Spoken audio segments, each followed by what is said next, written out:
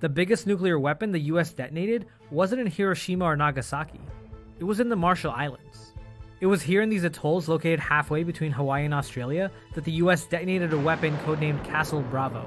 And it was about 1,000 times the force of the bomb dropped on Hiroshima. The Marshall Islands is mostly made up of atolls, which are ring-shaped coral reefs with a lagoon in the middle.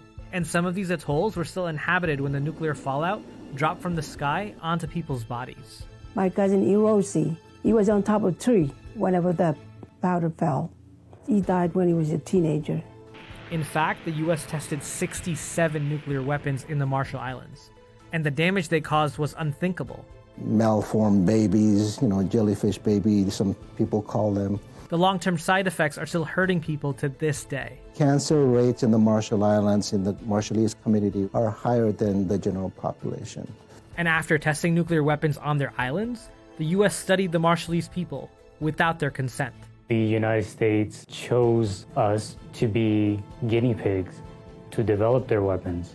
The Marshall Islands gained its independence from the United States in 1979. But when it was a US territory, it was abused as a testing ground for nuclear weapons. The world is afraid of America because of that. Hydrogen bomb was created in the Marshall Islands. I'm still thinking, why Marshall Islands? Why us?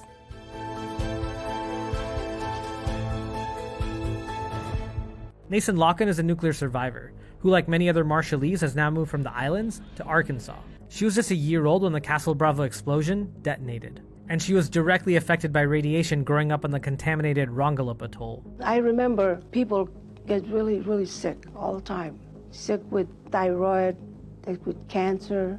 I was angry because a lot of my cousins, like my cousin Liggett, he went back in a box. From 1946 to 1958, the US tested 67 atomic weapons in the Marshall Islands. None more destructive than Castle Bravo, tested in 1954. The US Army actually wasn't expecting the Castle Bravo explosion to be as big as it was. The materials used in the weapon actually fissioned in such a way that the bomb nearly tripled its yield and drastically expanded the blast radius. Camera position, 50 miles at 10,000 feet. And then there was the wind. It blew in a different direction than what the scientists expected, and carried nuclear fallout to nearby populated islands. Even so, the winds were within the area of acceptable fallout. That's the word they used. Acceptable fallout. Hundreds of lives were harmed and disrupted, all to test these deadly bombs.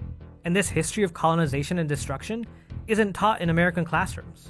The Marshall Islands is located in the middle of the Pacific Ocean. Benedict Madison wants to make sure that both Marshallese and Americans don't forget about this history. Because the island was contaminated, the US government told the people in Rongelap not to eat the fish or the food that they farmed on their land. Nason says the US Army used to bring rations like flour and rice at the beginning of every year, but it was never enough.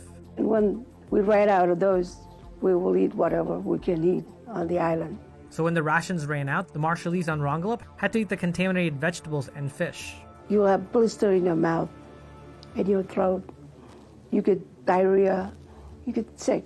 They come and check us every year, but they never really tell us that we were, living in a contaminated place.